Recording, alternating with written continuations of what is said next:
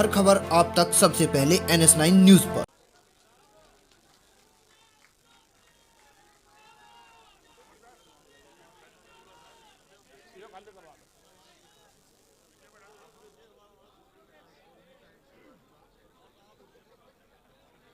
और मैं अनुरोध करूंगा अपने क्षेत्रीय विधायक चंदन चौहान जी से जला चौधरी साहब को माला बनाकर स्वागत करें। चंदन चौहान जी, हाँ दे दो, हाँ हाथ में दे दो।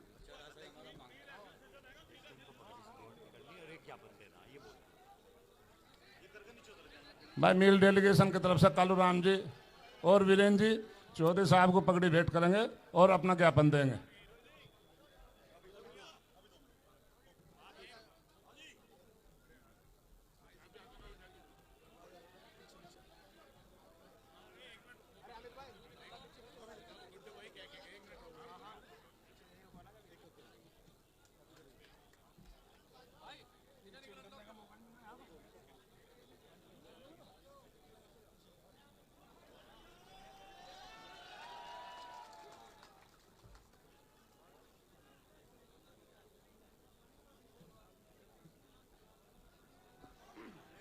कालू राम जी अपने डेलीगेशन को लेकर चौधरी साहब से अपनी बात रखें और अपनी पगड़ी भेंट करें।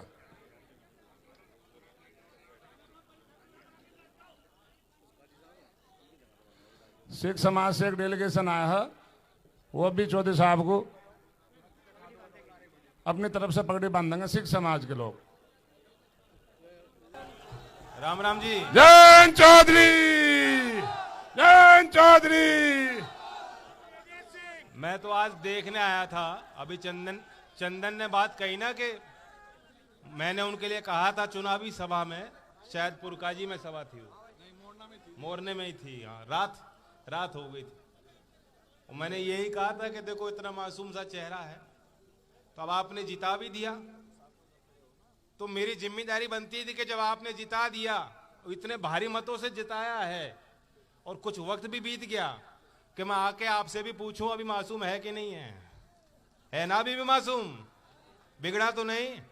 ठीक। ऐसे ही पहचान बनती है। संजय जी के साथ मैंने बहुत करीब रहकर काम किया, उनके मूल स्वभाव को मैंने, चरित्र को मैंने समझा और देखा, पहचाना, और चंदन के अंदर भी वही गुण होंगे। मेरे लिए बहुत बड़ा सौभाग्य है कि आज त्योहार के दिन मुझे आपको राम राम कहने का और आपके आगे अपने हाथ जोड़ने का मौका मिल रहा है। एक बिजली का करंट सा दौड़ता है मेरे अंदर, शरीर के अंदर, जब इस तरह से आप एक दृश्य आपने तैयार किया है, अपने ताकत का प्रदर्शन किया है। आज धनतेरस है, लेकिन मैं जानता हूं आप में से कोई भी गिन्नी या साड़ी खरीदने जाने वाला नहीं था, क्योंकि बोत नहीं, कहां से खरीदोगे? खरीदारी तो तब होगी जब भविष्य को लेकर एक सुकून हो, एक विश्वास हो कि हां आने वाले दिनों में हमारी माली स्थिति, हालात अच्छे होंगे या सुधरेंगे। लेकिन ऐसा आज कोई मानता नहीं है।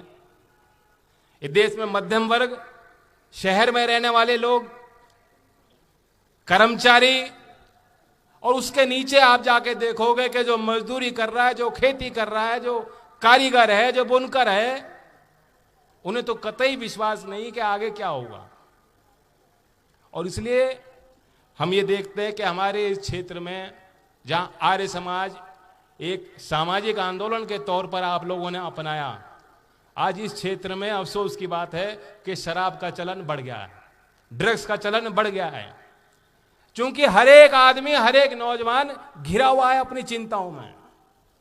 अब वो क्यों कल परसों की कैसे फिक्र करे जब उसे कोई विश्वास नहीं कि कुछ होगा, और जब कुछ होगा नहीं तो मायूसी के अंधेरे में, उस कुएं में अपने आप को पाता है। कैसे उससे बाहर निकले, कैसे उस चक्रव्यूह को वो व्यक्ति तोड़ेगा?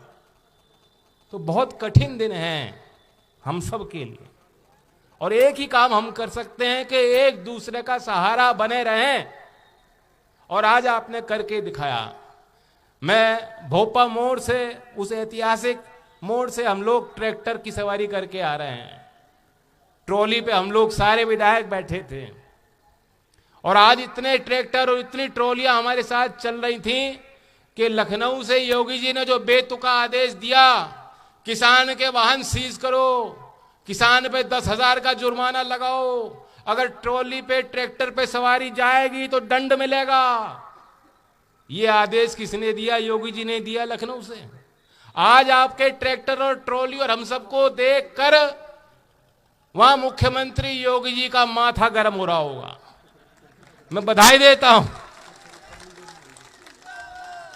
आपकी गर्मी निकली नहीं और आज उनको गर्म कर दिया आपने लखनऊ में बैठे बैठे। यही अंदाज है। वाह मेरे शेरों, अगर मुजफ्फरनगर जिले का आदमी टक्कर लेगा नहीं, हम नहीं देखते कौन सी बड़ी ताकत है, बहुमत की सरकार है, अल्पमत की सरकार है या नहीं, हमें इस बात की फिक्र नहीं। जो सही है तो सही है और कमजोर का साथ देना हमेशा, ये हमारी फितरत है, ये हमारे संस्कार हैं, ये हमारा खून है, ये हमारी परंपराएं हैं और आज भी आपने कर दिखाया। अभी कोई माहौल नहीं राजनीतिक, कोई सभा नहीं कर रहा, ये तो सम्मेलन नहीं, आपने इसे सभा में तब्दील कर दिया। लेकिन आज के समय त्योहारों के बीच कोई राजनीतिक पार्टी इस तरह की सभा कर रही उत्तर प्रदेश में? कोई नहीं कर रहा। और लोग विश्लेषण करेंगे कि क्या हो गया, एकदम किसान क्यों खड़े हो गए, ये क्या बात थी, क्या समस्या थी? हम किसान हैं, हम खुद अपनी लकीर बनाते हैं और खुद लकीर तोड़ते हैं। कब किसान उठ जाएगा, क्रांति के स्वर लेकर चल पड़ेगा, ये और कोई बता नहीं सकता। हमें किसी तीसरे की जरूरत नहीं, हम अपने आप में ही जो है बहुत बड़ी फोर्स है, ताकत। तो उस ताकत को मैं सलाम करता हूं। और धनतेरस में मैं और क्या कमाई कर सकता हूं, यही तो मेरी पूंजी होगी। आप यहां क्यों आए? प्यार में आए और एक विश्वास के साथ आए। प्यार तो प्यार होता है, लेकिन प्यार से भी बड़ा मेरे लिए वो आपका विश्वास है, क्योंकि वो विश्वास अकेले मैंने नहीं बनाया है, वह पुराना चला आ रहा है। कुछ हमारे टोपी वाले जो बैठे हैं, पगड़ी वाले, ये मानते हैं कि चौधरी चरण सिंह जी का नाम लिया गया मंच से तो हमारी बात होगी। इस विश्वास के साथ आप आए हो और ये नौजवान यहां आए हैं, जितना खून इनका गर्म है उतना मेरा गर्म है, देखते हैं।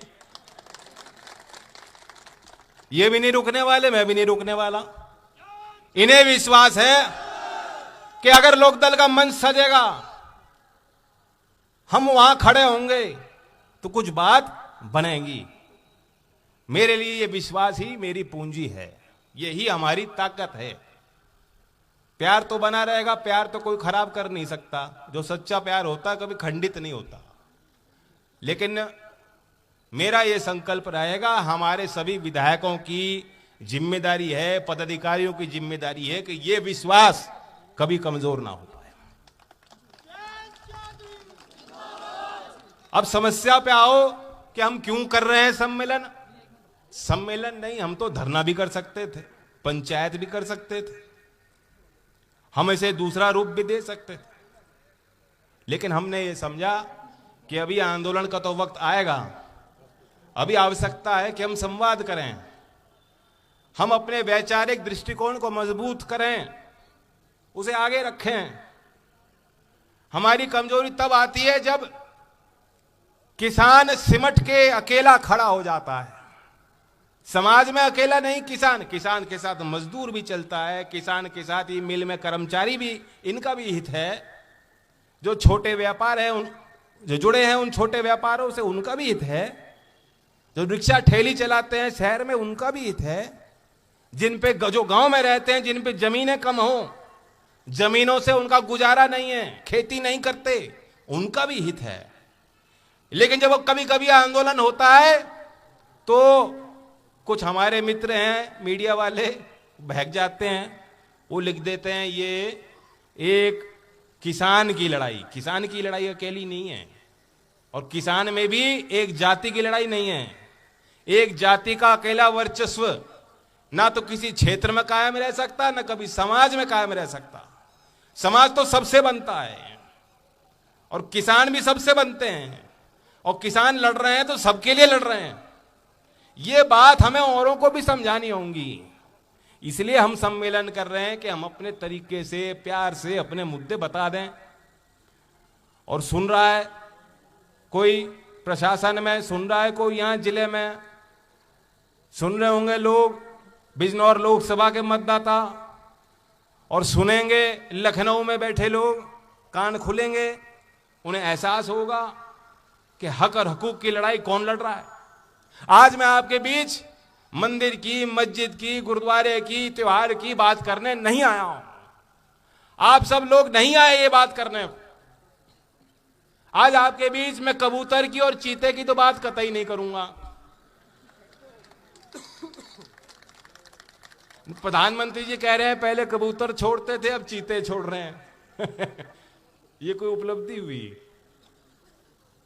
कबूतर तो शांति की निशानी थी। आपने देखा होगा अंतरराष्ट्रीय लेवल पे ये पुरानी परंपरा चल रही है, कोई समारोह होगा तो कबूतर सफेद छोड़ दिए जाते थे, क्योंकि पीस। और चीता किस चीज की निशानी है मैं तो नहीं जानता।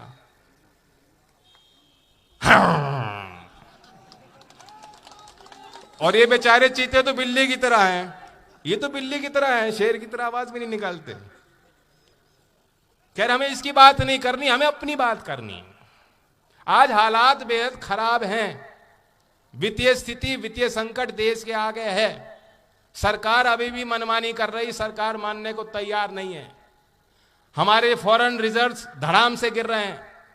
वही रुपया जिसको लेकर हमारे प्रधानमंत्री जब विपक्ष में बैठे थे तो प्रधानमंत्री को घेरने का काम करते थे, अब आंख मीच के दूसरी ओर देख रहे हैं। और किसान की स्थिति इतनी खराब है कि वो कर्ज में डूबा जा रहा है। 2019 में NSO, नेशनल स्टैटिस्टिकल ऑर्गेनाइजेशन ने एक रिपोर्ट निकाली थी। उन्होंने सर्वेक्षण किया कि हमारे गांव देहात में देश भर के किसानों की माली हालत क्या है, कर्जा कितना है, जमीनें कितनी हैं।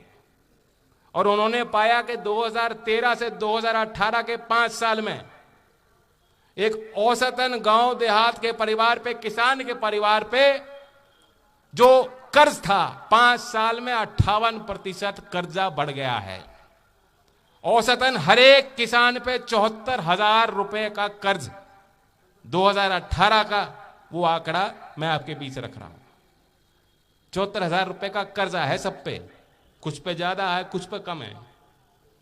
और वो सब बैंक से नहीं, क्रेडिट कार्ड से नहीं, वो दूसरे रास्तों से आपने पैसे जोड़ जोड़ के आज खेती करते हो, बच्चों की फीस जमा करते हो, घर के खर्चे निकालते हो। मिल वाले आपको समय पे पेमेंट देते नहीं, बिजली विभाग वाले आपके पीछे भागते हैं, कुर्की होगी घर की, बेइज्जती करो किसान की, जो 10,000 रुपए नहीं चुका पाएगा उसको जलील करो। पूरी सरकार, पूरा सरकारी तंत्र आपके दरवाजे आपसे लेने आ जाता है। लेकिन जब आपका हक है, जो आपको मिल नहीं रहा, आपको वंचित रखा जा रहा है, वह सरकार आपको कहीं दिखाई नहीं देती। 14 दिन में पेमेंट हो जाएगा। आज कोई कह भी रहा है 14 दिन की बात। कौन कह रहा है 14 दिन की बात? भूल गए सब लोग, भूल गई सरकार, कोई नहीं दोहरा रहा इस बात को। तो कटु सत्य है, इस सरकार ने बार बार किसानों को छला है, झूठ बोला है, झूठे वादे किए हैं। गृह मंत्री अमित शाह जी कह गए थे कि किसान को तो बिल आएगा नहीं, हमें एक मौका दोबारा दे दो 5 साल किसान के बिल नहीं आने का। वही सरकार अभी विधानसभा सत्र में कहती है कि हम बिजली पे कोई छूट किसान को नहीं दे सकते। मैं जब यहां आया था चुनाव के पहले, आपने मुझे कहा कि यहां मिल का विस्तार हो जाएगा तो हमारा गन्ना, हमने प्रोडक्शन को बढ़ाया है। ये जो हमने गन्ने की वैरायटी 238 चलाई, उससे हमारा प्रोडक्शन बढ़ गया, रिकवरी बढ़ गई, बहुत तरक्की करी। किसानों ने अपने मेहनत से ये सब तैयार किया, लेकिन उसका फल किसानों को नहीं मिल रहा। आपने कहा यहाँ मिल का विस्तार हो जाएगा तो हमें भटकना नहीं पड़ेगा, हमें भी फायदा है, मिल को भी फायदा है। कर्मचारी को भी फायदा है, व्यापारी को भी फायदा है, मजदूर को भी फायदा है। इसलिए मैंने चुनावी मंच पे इस बात को कहा था कि हमारी सरकार बन जाएगी तो हमारी नजर इस पर रहेगी, इसका जो आप विस्तारीकरण चाहते हो हम करेंगे। आज 2500 टीसीडी की इसकी कैपेसिटी है, 25,000 क्विंटल की इसकी कैपेसिटी है। ये 75,000 भी हो जाए, इसे 3 गुना भी अगर सरकार कर देगी तो मैं मानता हूं कि वह भी कम है। भरपाई किसान यहां क्षेत्र का कर देगा। कर दोगे कि नहीं कर दोगे? और आज गन्ने की स्थिति इसलिए भी खराब है कि जो कोल्हू का उद्योग था उनको भी कसा जा रहा है। हम लोग एनसीआर में आ गए, शामली मुजफ्फरनगर जिला अब एनसीआर में है, नेशनल कैपिटल रीजन, राजधानी का हिस्सा बन गए। कितनी खुशी की बात है, राजधानी का हिस्सा बन गया। दिल्ली जाने की जरूरत नहीं, दिल्ली जैसी सुविधा मुजफ्फरनगर में मिलेगी। सड़क मिल रही है क्या? क्या सुविधा मिल रही मैं पूछता हूं।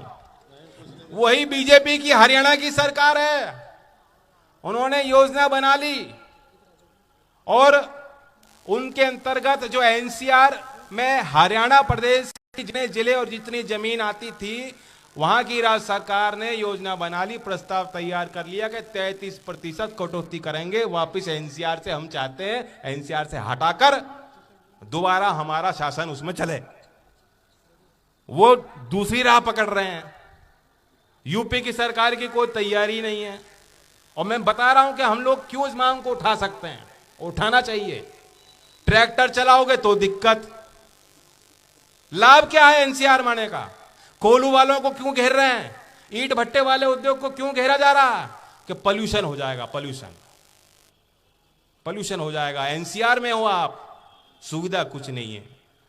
अगर एनसीआर बोर्ड कोई बड़ी परियोजना लाए मुजफ्फरनगर शामली के लिए, सड़कों के लिए, विकास के लिए, औद्योगिकरण के लिए, तो हम लोग कहेंगे हाँ हम राजधानी का हिस्सा बनना चाहते हैं, एनसीआर में आना चाहते हैं। लेकिन जो मैं महसूस कर रहा हूं लोगों से कि जो एनसीआर में जिस क्षेत्र को जोड़ा गया वहां के लोग निराश हैं, हताश हैं और वो चाहते हैं कि एनसीआर से हमें दूर रखा जाए। ये बात सही है, व्यवहारिक लग रही है कि नहीं? आपका कर्जा बढ़ गया है, समय पे पेमेंट हो नहीं रहा, आपके मसलों पे मसौदों पे कोई चर्चा ही नहीं है। वो पटल पे कैसे आएगा जब कोई उस मुद्दे पे गंभीर नहीं, कहीं चर्चा नहीं हो रही। हमने विस्तारीकरण की बात की, इस मिल की योगी आदित्यनाथ ने बात की। चुनावी सभा में आज वो मुख्यमंत्री हैं, उससे पहले भी मुख्यमंत्री थे, दूसरा मौका आपको दे दिया। अब मुजफ्फरनगर के आदमी तो बहुत मिठाई खाएं, यहां भी रेवड़ी बांट दी लगता है। यहां हमें रेवड़ी नहीं चाहिए थी, रेवड़ी बांट के चले गए, कुछ नहीं दिया। वही सरकार है, वही लोग हैं। विधानसभा में जब हमारे आपके विधायक ने मुद्दा उठाया, उन्होंने कहा हमारी तो कोई योजना ही नहीं है। और उस सवाल को आप देखेंगे, उसका दूसरा अंक था, प्रश्न का दूसरा भाग था, उसमें कहा तो फिर क्या? उन्होंने कहा इसकी आर्थिक स्थिति अच्छी नहीं है इस मिल की, और इसलिए इसको कर्जा भी नहीं मिलेगा। हम क्या सरकार से मांग कर रहे हैं या हम ओरिएंटल बैंक ऑफ कॉमर्स से मांग कर रहे हैं? हम क्या ये कह रहे हैं कि स्टेट बैंक वाले इनको लोन दे दो? नहीं, हम मांग कर रहे हैं योगी जी से कि सहकारी मिल है, सहकारी के मिल की वित्तीय स्थिति के लिए, संकट के लिए सरकार जिम्मेदार है, किसान जिम्मेदार नहीं है। दंड देना हो तो जिन लोगों ने गबन किया उन पे दंड दो, किसान को दंड मत दीजिए, पेनल्टी किसान पे मत लगाइए। बहुत पैसा लुटा रही सरकार प्रचार में, कार्यक्रमों में बेफिजूल के। आज प्रधानमंत्री रोजगार मेला लगा रहे हैं, रोजगार मेला, और उस मेले में किसी नए आदमी को नौकरी नहीं मिलनी। जिनको पिछले 1, 2, 3 साल से नौकरी मिल जानी थी, जिसकी रोकी हुई थी, कह रहे 75,000 नौजवानों को नौकरी देंगे, अपॉइंटमेंट लेटर देंगे। ये देख लेना, अपॉइंटमेंट लेटर में हो सकता है प्रधानमंत्री जी का फोटो भी लगी हो। इतना जता जता कर, बेइज्जत करके ये रोजगार मेले पे खर्चा होगा, भाषण जड़े जाएंगे। नौजवानों को क्या लाभ मिल रहा है इसमें? भर्ती हो रही है कोई? 37 लाख लोग उत्तर प्रदेश के, अभी पेट का इम्तिहान हुआ, यहां नौजवान कोई था जो पेट का इम्तिहान देने गया है? कोई सुविधा नहीं। मैं भी मानता हूं भर्ती निकली 10 की और अभ्यर्थी हो गए 10,000, दिक्कतें आएंगी। सरकार को इंतजाम करना चाहिए था। सरकार को मालूम नहीं है कि कितने अभ्यर्थी आ गए, क्या इंतजाम था? ये जलालत है, ये बेइज्जती है युवा शक्ति की। आपके युवाओं की जो मेहनत है, आपको फल नहीं मिल रहा। सरकार की कोई योजना आपके लिए नहीं। मैं कहता हूं मेरी मांग है इस सम्मेलन में, मैं समझता हूं इस बात को, इतनी बड़ी संख्या में लोगों के आवागमन के लिए भी संकट है, सरकार को व्यवस्था करनी कहां से करे। इसलिए मैं मांग करता हूं आगे जो भर्तियां निकले, हर जिले में भर्ती का केंद्र स्थापित होना चाहिए, हर जिले में वहीं की वहीं भर्ती होनी चाहिए। मुजफ्फरनगर के आदमी को यह मत कहो कि तू जाएगा कानपुर, तू जाएगा गाजीपुर, और गाजीपुर के आदमी को चलो तू जा बरेली। कहां से बच्चे खर्चा करके कैसे कैसे जा रहे हैं? ठीक कह रहे हैं, और बिचौलियों की कमाई हो रही है। ये मांग व्यवहारिक है क्या? ये प्रस्ताव पारित है सम्मेलन में? भर्ती यही हो। हमारी तो यही बात हो सकती, किसान की बात करेंगे, नौजवान की बात करेंगे। चंदन कह रहा है बछड़ों की भी कर लो जी।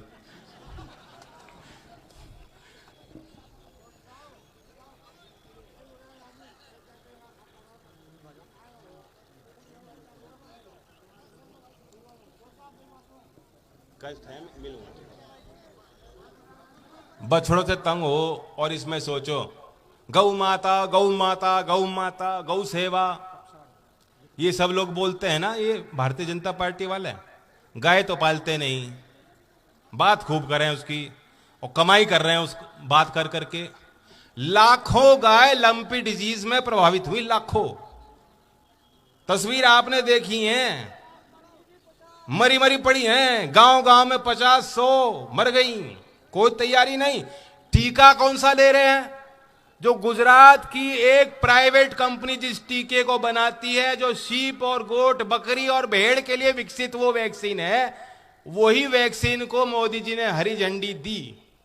और हमारी सरकार की संस्था भारतीय कृषि अनुसंधान केंद्र, उन्होंने जो वैक्सीन लंपी के लिए विशेष तौर पे सिर्फ लंपी के लिए विकसित की, आज तक उसको हरी झंडी नहीं। ये क्या भ्रष्टाचार नहीं है? क्या जानबूझ के ये कैम नहीं हो रहा? उन्हें मालूम था, हम उन्हें घेरते थे कि आपके खेत खराब हो रहे थे, किसान नाराज थे। पिछले चुनाव में यहां से लेकर फैजाबाद में जब कोई चुनाव का विश्लेषण होता था, ये पत्रकार किसान के बीच खड़े होते थे, वहां किसान कहते थे कि हमारी फसल ये जो है ना आवारा, और वो तो सीधा नाम ही नहीं का लेते थे, यही लोग खराब कर रहे हैं हमारी फसल। आप तो मुख्यमंत्री और प्रधानमंत्री का नाम लेके कहते हो उनको। कहो, मैं भी जानता हूं कहते हो, यही कहते थे पूरा चुनाव में, आपने देखा। हो सकता है उसी षड्यंत्र के तहत उन्होंने के छुटकारा मिल जाए, एक तीर से 2 निशाने हो जाएं।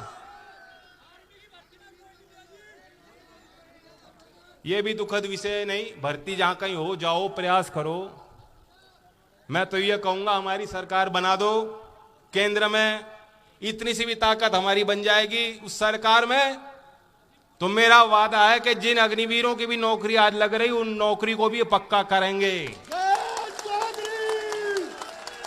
मैं यहां से कपसाड़ जाऊंगा, वहां एक विक्रांत नौजवान जो अग्निवीर के लिए तैयारी में जुटा था, वहां गया। सरदना क्षेत्र का गांव है विक्रांत, उस नौजवान की बात मैं कहना चाहता हूं, उस पर प्रकाश डालना चाहता हूं, उसके परिवार के पीड़ा को यहां बयान करना चाहता हूं। उसने आत्महत्या कर ली, वह टूट गया। हो सकता था उसने कुछ सोचा हो अपने लिए, अपने घर परिवार के लिए मेहनत करता होगा। मैं इस सभा के बाद, इस सम्मेलन के बाद उस परिवार से मिलने जा रहा हूं, और ऐसे नौजवानों के इस दर्द को आगे हमें इस पे प्रकाश डाल के सरकार को घेरना होगा।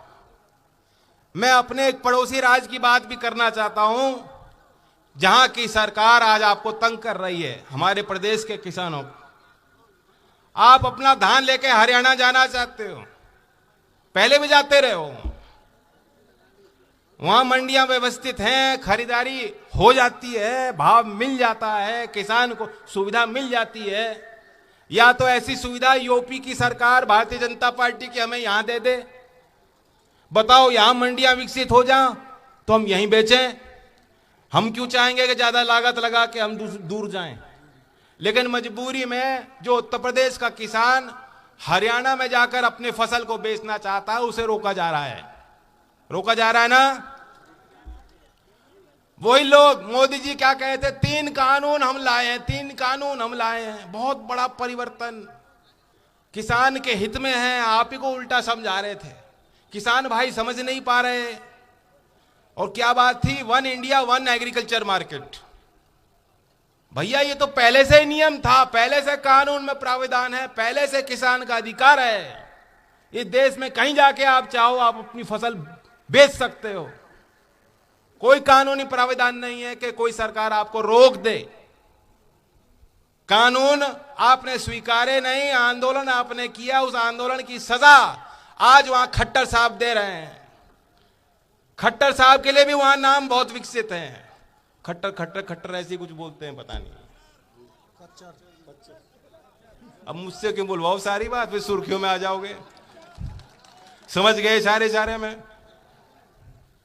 मैं उनको भी चेताना चाहता हूं। चौधरी अजीत सिंह जी, मुझे याद है एक बार मथुरा में रोक लगी थी और खुद ट्रैक्टर पे लेके किसान की फसल को वहां पलवल होडल की मंडी में वो ले गए थे। और मैं चेताना चाहता हूं, अगर सरकार यूं ही किसानों को रोकेगी, आज ट्रैक्टर ट्रॉली में जिस तरह से जुलूस हम यहां लेके गए हैं, किसान की फसल लेके वहां जाएंगे, देखते हैं कौन रोकता है। माइका लाल,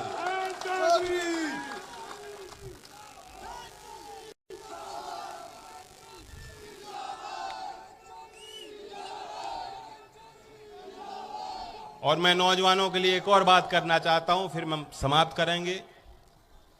मैं आपको बताना चाहता हूं, आपको जानकारी में होगा, पहले भी हमने दिल्ली में कार्यक्रम किया था। 2018 की बात है या फरवरी 2019 की बात, माफ कीजिए। दिल्ली में हमने एक सभा की थी और उसमें बड़े बड़े विपक्षी दल के नेताओं को बुलाया और नौजवानों को इकट्ठा किया और हमने एक सवाल पूछा था। आज 21 साल की उम्र में ये नौजवान शादी कर सकते हैं, अपने परिवार के लिए बड़े फैसले ले सकते हैं, ये अपने परिवार का विस्तार कर सकते हैं, बच्चे पैदा कर सकते हैं, माँ और बाप बन सकते हैं। इससे बड़ा कोई फैसला नहीं होता किसी के जीवन में। आप किसी और एक दूसरी जीवन के लिए जिम्मेदार हो जाते हो। मेरी 2 बेटियां, इसलिए मैं समझ सकता हूं। आप प्रधान बन सकते हैं, आप पार्षद बन सकते हैं, आप वोट कर सकते हैं, आप ड्राइवर लाइसेंस बना सकते हैं, आप अधिकारी बन सकते हैं, आप अधिकारी भी बन जाओगे। लेकिन आप विधायक और सांसद 21 साल की उम्र में नहीं बन सकते। इस नियम के कोई सर पैर नहीं है। ये नियम मुझे समझ में नहीं आता कि 25 साल की जो हमने रेखा लगा रखी है, क्यों लगा रखी है। मैं जब नौजवान था, मैं तो बहुत मासूम था, इससे भी ज्यादा। आजकल नौजवान तेज पैदा हो रहे हैं। 2 साल का बच्चा भी मोबाइल फोन पे ऐसे करता है, यूं लेफ्ट राइट। सब जानते हो आप, बहुत तेजी से सीख जाते हो। इसलिए नौजवानों, मैं आपकी प्रेरणा से और आपके लिए, आपके खातिर कि नई लीडरशिप पैदा हो। हमें क्षेत्र से नए नेताओं को लाना है, अपने बीच से नए संजय चौहान को पैदा करना है, श्री मुलायम सिंह यादव जी को पैदा करना है, चौधरी अजीत सिंह जी को पैदा करना है, चौधरी चरण सिंह जी को पैदा करना है, सरदार पटेल को पैदा करना है। ये नौजवान ही वो फैसले ले सकते हैं। इन नौजवानों को ताकत दो। और इसलिए मैं एक निजी विधेयक संसद में पेश करूंगा और मेरी रहेगी कि 25 साल से उम्र 21 साल कर दी जाए। राजी हो कि नहीं? आप भी राजी हो? ये मत सोचना कि हमारा हक मारा जा रहा है। आगे बढ़ाने पड़ेंगे ना नौजवान। मैंने एक बात महसूस की, हमारे क्षेत्र का एक मिजाज है, हम लोग पगड़ी का सम्मान करते हैं, पुरानी परंपराओं का आदर करते हैं। इस देश में ये अनोखा है। दूसरे क्षेत्र में आप जाके देखोगे ऐसी परंपराएं अभी तक नहीं चल रही। बहुत चीज बदल गई हैं, हमारे यहां भी बहुत चीज बदल गई, लेकिन अब भी हम अपने बुजुर्गों का मान सम्मान रखना जानते हैं। ये इस क्षेत्र की पहचान है, इस पहचान को बना के रखना।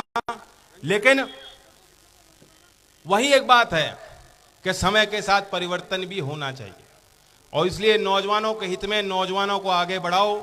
ये देश का भविष्य है, ये मुजफ्फरनगर का भविष्य है। और उसी तरह से जिस तरह से आपने पिछले चुनाव में ताकत दी, नौजवान को जिताया, विपक्ष को मजबूत किया। हालांकि अभी समय है और हम फैसला लेंगे। मैं चाहूंगा कि जो अब अगला पड़ाव होगा पार्लियामेंट के चुनाव का, जो बड़ा चुनाव होगा, उसमें भी किसान की आवाज को आप ताकत देना। धन्यवाद। जय हिंद, जय भारत। हर खबर आप तक सबसे पहले NS9 न्यूज पर।